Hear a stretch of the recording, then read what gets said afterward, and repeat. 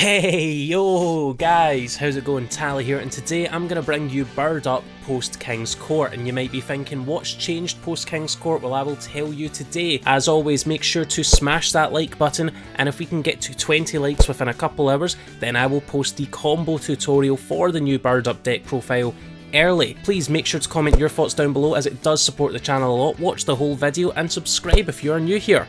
Now let's dive in.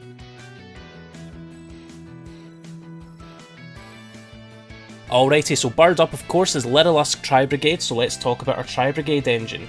For the Tribrigades, I am running Free Fractile because it is in fact one card combo. Alright, the combo for this deck is super fun, I love it. It's got a bit of a floodgatey element to it, but by god if it doesn't win games. Next we're playing Free Tribrigade Nerval. So to give some context, this will allow you to Foolish Burial a Beast, Wing Beast or Beast Warrior. Nerval is one of those, alright, and when you send Nerval to the graveyard, by any means really, it will then allow you to search a Tribrigade.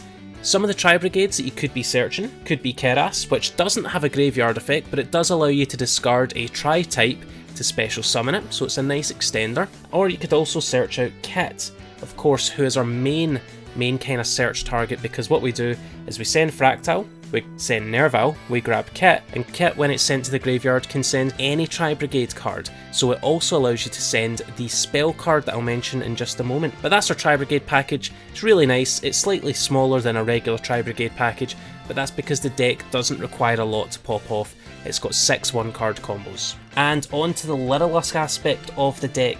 We're running Free Turquoise Warbler, which when you have no monsters will allow you to special summon itself. When it is special summoned, it's going to allow you to special summon a Lyrilusc from your hand or graveyard. You can summon Cobalt Sparrow, which when special summoned by any means allows you to search out a level 1 Wing Beast, which could be your Nerval, which we mentioned earlier, or it could be your Sapphire Swallow, which will allow you to special summon itself and another level 1 Wing Beast from your hand if you control a wind monster. Overall it's going pretty alright, isn't it? There's a lot of synergy here, and these two are part of a spicy combo that I've been trying out the last couple of days. Next, we have a couple of targets to summon off of one of our main extra deck boss monsters, one of them being Mist Valley Apex Avian, and the other being Barrier Statue of the Stormwinds. So one of our extra deck monsters will allow you to special summon these from the deck, so you're going to summon this turn 1 to floodgate your opponent out of any particularly impressive plays, and then you're going to summon this on their turn to have a negate so that you're able to very cleanly end the game on your next turn. They're so good. This is an Omni negate, and this is a floodgate that stops your opponent special summoning anything other than wins, which can be really good, or it's really bad in the mirror match. And that really is our main monster lineup. Next I'm going to go over some hand traps. As you might have seen, I am liking Droll this format. I don't think it's the best hand trap ever. Could very easily replace this with Gamma and Driver, and that's totally fine. And I'm also liking Ash this format.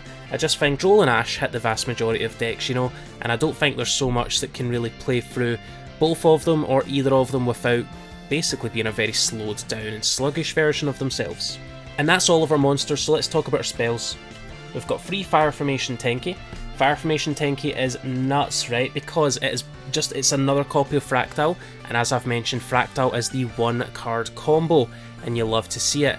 So of course we're going to max out on that, and it's shiny, so like you draw into it mathematically more. And then just in case we're going up against back row decks, we do run Free Cosmic Cyclone. This is a bit of a flex spot in the deck. You could replace this with more trap cards, you could replace it with Forbidden Droplets. I don't mind Cyclone though. I think it comes up in a lot of matches, and I think especially because there is a back row element to this format, there's a lot of decks that do run some amount of back row, that you will get away with Cosmic Cyclone and a few things, and it will probably help you in the long run. And for the one-offs, I am running 1 Rendezvous, which we send off of Kit to protect our Stormwinds. I'm running a Monster Reborn. Again, it's another free flex spot, but I like Monster Reborn. Running a Foolish Burial because that plus our Lyrilusc starter is a 2-card combo, and Called by the Grave because this is just a really nice card. I like Called by the Grave. Following that is all of our spells. Okay. But this leads us on to our traps. So for traps I'm running 1 Imperial Order, which I think Imperial Order is super nice. It does hurt this deck a little bit, but it's one of these situations where it's always going to hurt your opponent more than it hurts you. We do run some spells, but by Jove, it's such a blowout. We're running 3 Infinite Impermanence. Infinite Impermanence is actually unironically a very good hand trap this format. because it's going to help stop the best decks, which are Zodiac variants. And then finally, we've got Free Solemn Strike. Just again, it's a bit of a flex spot, you could run something different here, but I like Strike because, you know, at the very least, if your combo gets interrupted, you can probably set on like a Strike, an Impairment, an Imperial Order, and just get away with it for a turn, and then be able to pop off on your next turn, because this deck does do the comeback particularly well. And that's our main deck, so let's move on to our extra deck. And for our extra deck, first of all, I just want to give a little shout out. They are in the Your Playmat TCG Tally signature sleeves. Check out my link in the description below, or use my code on screen for 10% off any order on yourplaymat.com. For our extra deck, we are now running 2 new cards. We are running F0 Utopic Future and F0 Utopic Draco Future. So let's break it down. This card requires any 2 Xyz monsters with the same rank that are not number monsters. We have a couple of those. So you overlay into this, then you can overlay into Utopic Draco Future. Now, Utopic Draco Future, it cannot be destroyed by battle or card effects, so it's really hard to out, and it is a monster negate. But not only is it a monster negate, it's a monster negate that steals the card that it's negating, so you can take your opponent's key resources. And again, I have a 2-card combo that gets you this, plus your full combo, so you've got a heck of a lot for your opponent to play through. This card is nuts, right? This card is super fun, and I'm super liking it, and of course, it is one of the most notable entries from King's Court. Got to run them. And you're thinking, but Tally, what 2 ranks are we going to use? Good question. We're going to use Recital Starling, and we're going to use Assembled Nightingale.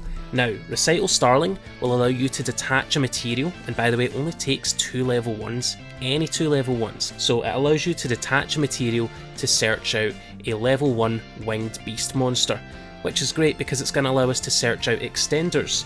And then we can go into Assembled Nightingale with those extenders, overlay these 2 into this, and then into this. And now you've got a very beefy monster that negates. And speaking of beefy Xyz monsters, our final beefy Xyz monster today is Divine Arsenal AA Zeus, because Assembled Nightingale can attack your opponent directly. Okay, so you attack your opponent directly, you oftentimes don't need to use its effect to lose any materials, so you can go into this and just have a nice wee Zeus. Although, Assembled Nightingale can also attach materials to itself, which is insane. So if you've got Lyriluscs in graveyard, you can attach more materials to it and then have a bigger Zeus with more practical uses. I love it. I love the Lyriluscs in this deck, I think they're really neat. Okay, which takes us on to our Link monsters now. So I'm running 1 Salamangreat Almirage because it can unbrick really cloggy hands. We're running 1 Harpy Conductor to help go into our Seamorg, 1 Double Dragon Lords to protect our Barrier Statue, and 1 Ferrijit. Those are my Link 2s and my Link 1, and I'm kind of sad. I did cut Bearbloom, but I feel like Bearbloom conflicts with the nature of this deck, where it's not quite as like grindy, it is just really powerful turn 1 play, OTK turn 3. And I feel like that's kind of what the deck does, and it's fairly good at it. And all of these cards are going to help that. So Harpy Conductor will allow you to turn any Tribrigade into the Seamorg Link. Double Dragon Lords will protect your statue, and Ferrijit is an extender because it allows more special summons and it allows you to dig deeper into the deck. I'm happy enough with this. And that takes us on to our Link Freeze. So for our Link Freeze, I am running 1 Seamorg Bird of Sovereignty, 1 Tribrigade Rugal the Silver Sheller, and 1 Hrazelvegar the Desperate Doom Eagle. I don't think I'm pronouncing it right, so I'm going to call it the Doom Eagle from now on. So this will be able to summon a wind monster or a wind wing beast from your deck, depending on how many spell and trap zones are currently occupied.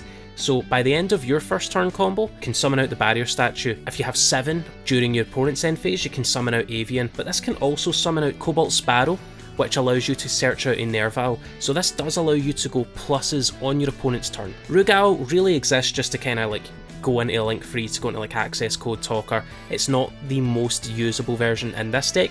If you wanted, could maybe cut this for something like a Downward Magician, just so that you can always reliably get more materials on a Zeus. And Hrazelvegar the Desperate Doom Eagle is a DD Crow, and if your opponent has no monsters in their graveyard, it gets even more powerful. gets double attack points, and it allows you to OTK very easily on your second turn. And then speaking of OTKs, right, so there's got to be ways to OTK, so we're going to go with Access Code Talker, which will OTK very easily. You can take a Nerval or any Tri-Brigade, and as long as you have 3 monsters in the graveyard, or 3 Tri-types, then you can go ahead, banish them, make like the Doom Eagle, and then link those two into an Access Code Talker with 5300 attack points and at least 1 pop. Following that, we also have Tri-Brigade, Shureg, the Ominous Omen, which is going to be our outs to certain cards like Dragoon. And then finally we have 1 Appaloosa, because Appaloosa is just a very useful link 4, and it does a heck of a lot for the deck going first. If you're up against really monster heavy decks, then you can actually very feasibly set up a board of 4 to 5 negates, which is pretty awesome. But that's the deck profile. Let's take it to the outro.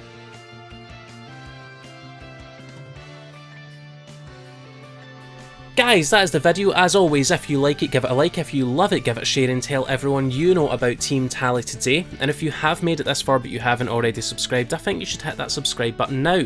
As always, you have been amazing. I have been Tally. I will catch you all later after you've checked out yourplaymat.com. Bye.